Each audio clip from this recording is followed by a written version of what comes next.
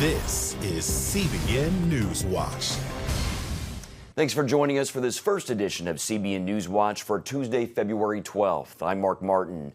Today, Republican and Democratic negotiators in Washington reach a deal on the budget. But will the president go along with it, and will the leadership in Congress? And a first-year Democrat in the House of Representatives is forced to apologize after being accused of anti-Semitic remarks. Plus, are the Republicans headed for trouble with younger voters? We'll hear why one GOP political expert is warning that his party could be facing troubles in future elections. And a prayer request for evangelist Ann Graham Lotz as she finishes up her cancer treatment. Those stories and more today on Newswatch. We begin now with a deal in Congress to avoid a second government shutdown. The deal coming on the same day President Donald Trump visits the border to make his case. Both sides are claiming victory, but the deal first has to pass the House and Senate. President Trump acknowledged the breakthrough in negotiations at his rally for border security in El Paso last night, but gave no clear signal he'll support it. Negotiators reached a deal in principle late Monday night, emerging from a closed-door meeting with the news. They agree it's not perfect and not everyone will be happy. Not a single one of us is going to get every single thing we want, but nobody does. It only includes about $1.4 billion for border barriers and not the $5.7 billion President Trump wanted. But the Democrats did back down from their demand to limit the number of detentions by ICE. The president trashing that initiative at his rally. If we cut detention space, we are cutting loose dangerous criminals into our country. A potential rival for the president in 2020, El Paso native Beto O'Rourke also held a rally in El Paso, challenging the president's border wall. The U.S. cities of the U.S.-Mexico border are far safer than the U.S. cities deeper in the interior of the United States of America. Some conservative lawmakers are already criticizing the deal. Ohio Representative Jim Jordan tweeted, while the president was giving a great speech, Congress was putting together a bad deal on immigration. Now it remains to be seen if the president agrees. A Muslim member of Congress has apologized for making anti-Semitic comments on Twitter. Representative Ilhan Omar's apology came Monday at the urging of Democratic leaders. In her apology, Omar said, "Anti-Semitism is real, and I am grateful for Jewish allies and colleagues who are educating me on the painful history of anti-Semitic tropes." Omar's Twitter comments created a social media firestorm over the weekend. She said a pro-Israel lobby group was buying support by making campaign donations to members of Congress. Republicans say Omar's comments are just the latest in a disturbing trend of anti-Jewish sentiment coming from within the Democratic Party. Senator Marco Rubio suggests Democratic Party leaders don't know what to do about it. There's a growing group of people in the Democratic Party that are anti-Israel openly, and I think they're afraid of them. And Gary Lane is following the story for us now, and he joins us now with more. Now, is this not the first time that Omar has made anti-Semitic comments? No, she has in the past. In 2012, she made comments saying that Israel is hypnotizing the world.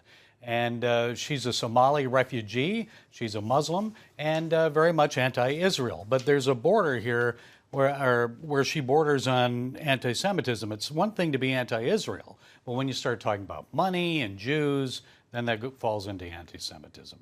Gary, she's not alone. There's another Muslim member of Congress who has also made some controversial remarks. Can you talk about that too as well? You know, Rashida Tlaib, she's from Michigan, the 13th Congressional District of Michigan. That's Dearborn, parts of Detroit and so forth.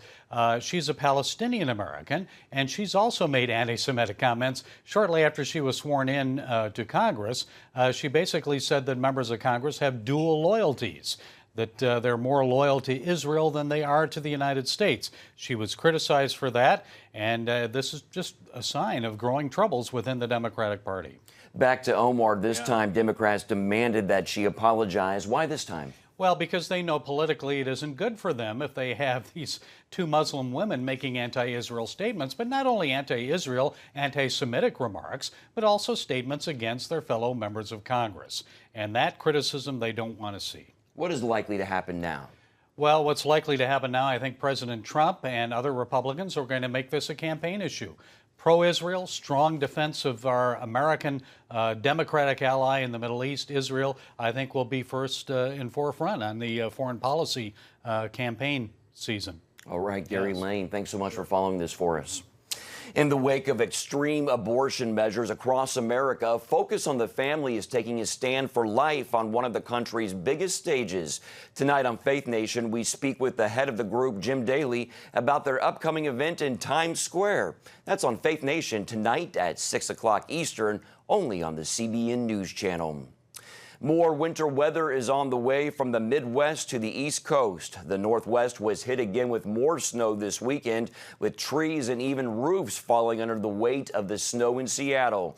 And in the Midwest, the weather brought hard times on the highways with multiple accidents. The Midwest is bracing for more ice storms. And in the Northeast, a winter storm is expected to dump up to 2 feet of snow in the high elevations in the region. And joining us now with more on the weather outlook is meteorologist Joe Bastardi of weatherbell.com. Joe, what is behind all this winter weather? Well, last time I was on with Pat, we said that, this situation with the groundhog pronouncing winter was over didn't really fly. The fact is that we're in for an onslaught nationally well into March of one storm after another, plenty of cold air around, and a big war zone setting up from Texas to New England between what will be over the next week to 2 weeks, relatively warm southeast United States, and the rest of the nation frigid. And so when you get that type of situation at this time of the year, this storm is just the first of many that's going to be coming along over the next couple of weeks. How severe will it be in the Midwest and the Northeast in the next day or two? Break it down for us. Well, we've got, it's kind of interesting here where I am in Pennsylvania. They closed the roads, and I'm like, we're closing the roads for 4 to 6 inches of snow now. So, this is a regular winter storm. It's got several inches of snow on the front, sleet and freezing rain follows, and then a change over to rain. It's certainly a nuisance, but it's not like the apocalypse is coming here with these winter storms, at least this one. Now, there may be some bigger storms on the way, and certainly what's happened in the Pacific Northwest is out of character for them. You saw a situation there that hasn't happened since 1950. That was a vicious winter, 49-50, for you folks up in Seattle, for those who know that area. But overall, this is part of the onslaught of a pattern that we thought would prevail into March, and indeed, you're going to see one after another. I just want people to put it in perspective. If you get several inches of snow and it changes to sleet and freezing rain, that happens in winter. What doesn't happen all the time is 25 below in Chicago, and there may be some storms that are going to be really noteworthy coming down the road. I will admit that. But this is just I'm not going to say run of the mill. It's a pain in the neck, but this is what happens in winter, what you're seeing now. Joe, even Hawaii has gotten some snow. What happened there? Well, it snows on top of those mountains every once in a while. We have a very strong upper air feature out there in Hawaii. It's sort of like a traffic cop, because when you get those upper air lows near Hawaii, it means that the cold air in the west has to come out. Believe it or not, everything is interrelated. We're watching things going on in the tropical Pacific now that will eventually influence the United States weather. So when you get these big upper air lows around Hawaii, not only are they important because they could cause it to snow in the mountains of Hawaii, they've got some 15,000 foot mountains there, I guess, but it also means something for what's going on in the United States. So everything is interrelated, as it always is in nature. Well, what's ahead for the rest of the winter? Well, like I said, I think this is the beginning of an onslaught of storms here through mid-March. Various tracks, but what looks to me to be setting up over the next 2 weeks will be a parade of storms originating down toward the Gulf of Mexico. There's going to be one cutting across the Great Lakes Friday night into Saturday. Another one follows right on its heels from Oklahoma to the Virginia Capes with snow to the north of it on the weekend. That big Arctic high will be building into the United States, and next week at this time, there should be a storm coming out of the Gulf of Mexico trying to cause mayhem. So it's a constant parade that's going to be going on here over the next month or so. We get to mid-March, then we'll break the thing, and I do think it will be a less than normal tornado season. How's that for some good news? Hey, we'll take it. All right, Joe Bastardi of weatherbell.com. Thanks for being with us, sir. And thank you for having me. You bet. New research shows that lowering inflammation in the brain increases empathy, compassion, and planning for the future. But if you have high levels of inflammation in your brain, that could lead to impulsiveness and being less considerate of others. On tonight's episode of Healthy Living, brain expert and author Dr. David Perlmutter tells CBN's Lori Johnson how we can lower inflammation, drive away depression, and think more clearly. That's on Healthy Living tonight at 9:30 Eastern, only on CBN News Channel. Coming up, why one Republican is issuing a dire warning for the GOP. They have to start winning over younger voters or they could face shocking losses at the ballot box. We'll have that story when we come back.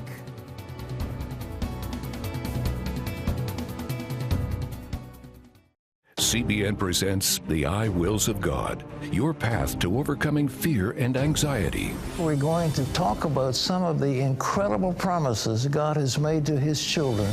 In Pat Robertson's newest teaching, you'll discover the I wills of God. I will rescue him, protect him, answer him, be with him in trouble, deliver him, honor him, satisfy him with long life, show him my salvation, and see amazing stories of God's promises in action. What I felt was loved and treasured. God spared my life twice in 3 days. The good Lord had given me a second chance. Break free from stress and despair. The Lord doesn't want you to live in fear, but to know the rewards given to those who love God. Call 1-800-700-7000 or visit CBN.com. The I Wills of God, your path to overcoming fear and anxiety. Hello, I'm Terry Newsom. Did you know there are more than 148 million orphans in the world today? 148 million. But it was 3 little girls that taught me about the plight of orphans. My husband and I spent nearly a month immersed in the daily activities of a Ukrainian orphanage as we waited to adopt 3 sisters. I saw firsthand the utter loneliness, the pain of rejection, and the overwhelming desire to be loved. That experience changed me forever.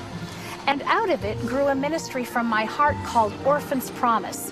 Today, we're helping orphans and vulnerable children in more than 50 countries worldwide. Thousands of children are now in safe homes. They're being educated, and they're learning life skills. I'm asking you to join with me and become family to these children. Will you call the number on your screen right now? Because every child deserves a chance to be happy. Come home to the Southern Gospel Station from CBN Radio. You'll enjoy a rich Southern blend of bluegrass, classic gospel, and Southern gospel favorites. CBN Southern Gospel. Available now at cbnradio.com. The field of Democrats running for president in 2020 has been growing constantly. While they all talk about what makes them different, one thing is the same. They all want to reach millennials. Of course, Republicans need them too, but they have historically struggled to connect with young voters. And one GOP strategist warns if that doesn't change, it could cost the GOP greatly in upcoming elections. CBN's Jenna Browder shows us why. In 2020, millennials will be the largest voting bloc, surpassing baby boomers. And it could spell real trouble for the GOP. There's a number of things happening at once. Republican strategist John Brabender sees a potential perfect storm. First, millennials aged 20 to 34 are bigger in number and more engaged than ever. Number 2 is you also have this increased engagement by them. It used to be younger voters were somewhat apathetic and they would increase their participation as they got older, but we found in the midterms that in a lot of the states, in fact, the most targeted states, saw this big increase as much as 10% by millennial voters. They also overwhelmingly voted for Democrats in 2016. And number 3. Number 3 is how they get their news has changed dramatically. They're leading sort of the cord-cutting revolution. They're spending a lot more time on connected TV, watching even on smartphones rather than traditional TV. And where they go for their content for news is sort of this blending, if you will, of entertainment and politics. For example, Brabender says many young voters are more likely to watch a show like Saturday Night Live than the nightly news. That's a space Republicans have almost no presence. There's got to be some changes or we're going to lose an entire generation of voters for all practical purposes. He says Republicans need to figure out how to reach millennials. Spending as much as we can simply on 30-second commercials doesn't work as much as it used to, at least not to this audience. In fact, Adweek magazine did a study and found in the midterm elections, 40% of millennials said they did not remember seeing one political ad. And more than that, he says messaging is critical. Even tone and tenor matters a lot.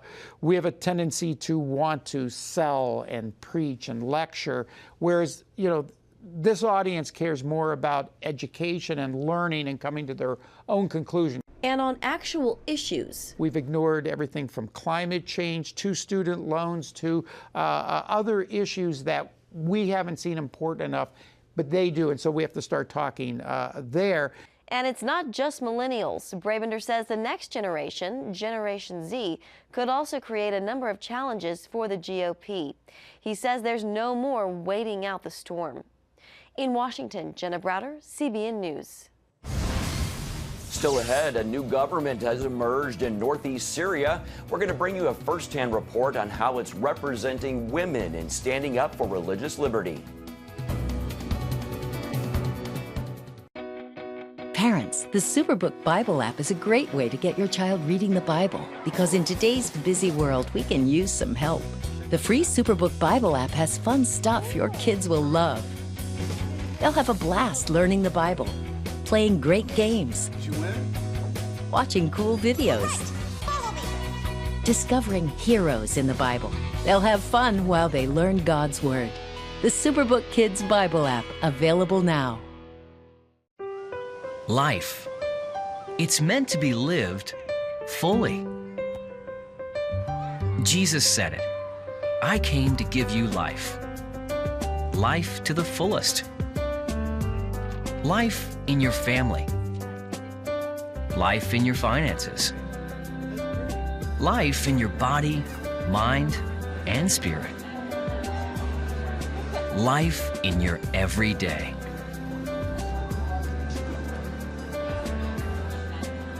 At CBN.com, we're taking what Jesus said seriously. We're here to help you discover life. Life. Live it fully. CBN.com.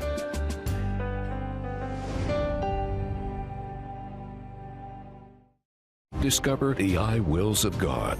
I will rescue him, protect him, answer him, be with him in trouble, deliver him, honor him, satisfy him with long life, show him my salvation. What I felt was loved and treasured. God spared my life twice in 3 days. The good Lord had given me a second chance. Call 1-800-700-7000 or visit CBN.com. The I wills of God, the latest teaching from Pat Robertson. Tikkun Olam. This is our nature as a country. To make the world a better place. Literally, we felt the earth shaking. The Christian Broadcasting Network presents To Life, how Israeli volunteers are changing the world. This film needs to be seen by everyone. I was in tears. Now you can own the inspiring documentary To Life on DVD. There is blood on our hands if we know and we walk away. I'm so grateful that this film was made. To Life can be yours for a gift of $10 or more. Call 1-800-700-7000 or log on to CBN.com. We know that every minute counts to save life.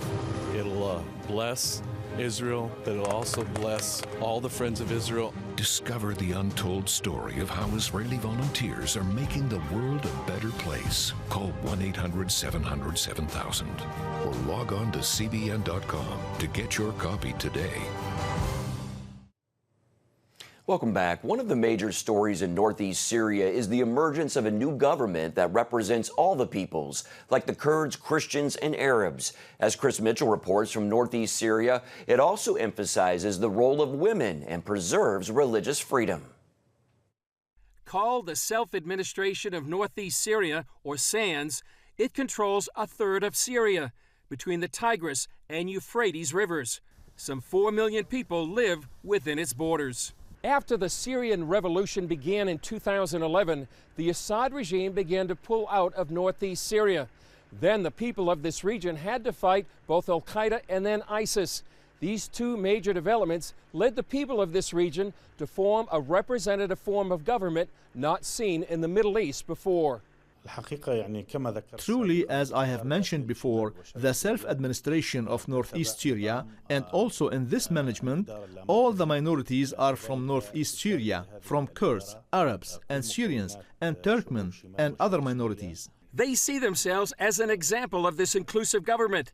Al-Mahash is an Arab man, Khaled is a Kurdish woman. It's a federal system of government like the U.S. and makes the role of women a priority. The charter calls for 40% of the representative body to be women. Of course, after the revolution in North and East Syria in 2011, the women in Syria in general, and especially in northeastern Syria, have proven themselves in all fields, and it started with joining the military by joining the Qasadic forces and the Syrian Democratic Forces in freeing much of the region side by side with the men. Why the priority? Because women are the half of the society. Men and women complete the society. This village meeting is one of the regional women's centers designed to train women to play a role in society. They've also made a place for Christians. This project is democratic, and for the first time it has recognized us as Syriac Christians and recognized our language, culture, and even our religion. This Church of the Brethren is the only evangelical church in Kobani. One of the church leaders says this would never have been allowed under the Syrian regime. It's one more sign of the religious freedom under the self-administration of northeast Syria.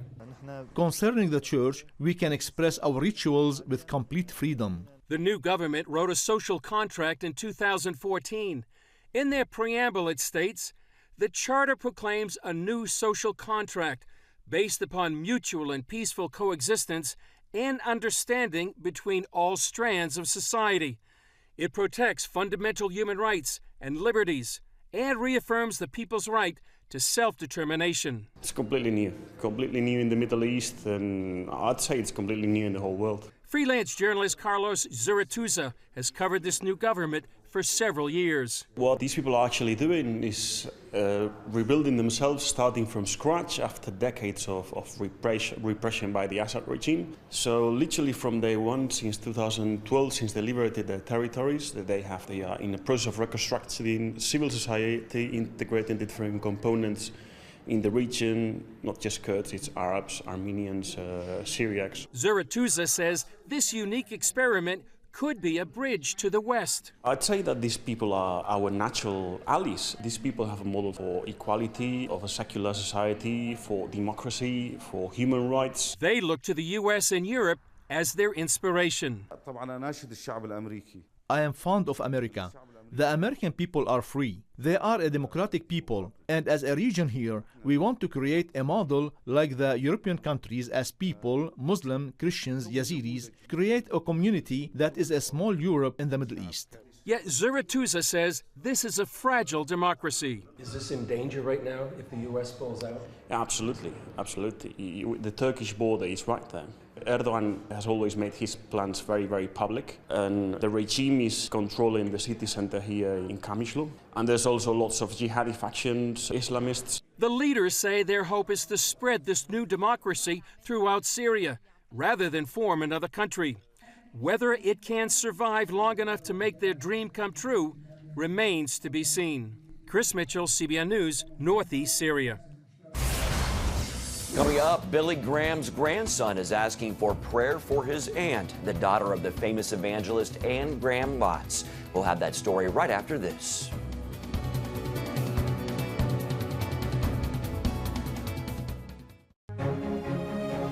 When you give, smiles grow bigger. When you care, homes are happier. When you comfort, the hurt goes away. When we all come together to love, miracles happen. Hello, I'm Terry Newsom. Did you know there are more than 148 million orphans in the world today? 148 million. But it was 3 little girls that taught me about the plight of orphans. My husband and I spent nearly a month immersed in the daily activities of a Ukrainian orphanage as we waited to adopt 3 sisters. I saw firsthand the utter loneliness, the pain of rejection, and the overwhelming desire to be loved. That experience changed me forever. And out of it grew a ministry from my heart called Orphans Promise. Today, we're helping orphans and vulnerable children in more than 50 countries worldwide. Thousands of children are now in safe homes. They're being educated, and they're learning life skills. I'm asking you to join with me and become family to these children. Will you call the number on your screen right now? Because every child deserves a chance to be happy. Hello? Is this thing on? Hey, kids, do you love games? And do you love discovering things? Well, do ya? Then you're gonna love this. It's the new free Superbook Kids Bible app. You can play games, watch videos, find answers to your questions, and a whole lot more. The new Superbook Kids Bible app. Free downloads available on iTunes and Google Play now. It has the power to influence weight loss, boost your immune system, and improve brain function. We've seen an explosion of data on the role of the gut microbiome in health. The free Build a Better Gut booklet reveals the latest information about the gut microbiome. You'll discover how your gut affects the rest of your health. The gut microbiome has been linked to depression and cancer and heart disease. Learn how to build a stronger, healthier gut. The microbiome, if it's in good composition, are really protecting us all the time from more invasive things. Get the Build a Better Gut booklet, free from the Christian Broadcasting Network. Call 1-800-700-7000 or go to cbn.com/buildabettergut. You need to make sure that your microbes are working with you, not against you. And if you order online, you'll get immediate access to the Build a Better Gut series, a digital copy of the booklet, and related bonus material. Build a Better Gut today. Call 1-800-700-7000 or go to cbn.com/buildabettergut for your free copy. We have this programming note for you. Be sure to check out our CBN News Daily Rundown podcast. Go to cbnnews.com and click on the Show tab to find the Daily Rundown page where you can listen and subscribe. Billy Graham's grandson is asking for prayers for his aunt, Ann Graham Lotz. She's completing a final round of chemotherapy for breast cancer treatment this week. Although she says God has healed her, her nephew, Will Graham, says she's weak and exhausted. She wants to preach. She's a preacher. She wants to get out and preach and preach and preach, and she's just worn out right now. And so just pray that as God heals her body, that she'll get her strength back and get back on the road and tell more people about Christ. Amen. Graham is in the Philippines for a 3-night festival starting this Friday. Thanks for joining us today on NewsWatch. You can find more on the issues you care about most at cbnnews.com. Also, you can watch CBN News programs anytime on our CBN News channel. Plus, tell us what you think about the stories you've seen here. And you can do that by emailing newswatch@cbn.com. Or be sure to talk to us on Facebook, Twitter, and Instagram. Hope you'll join us next time. Have a great day.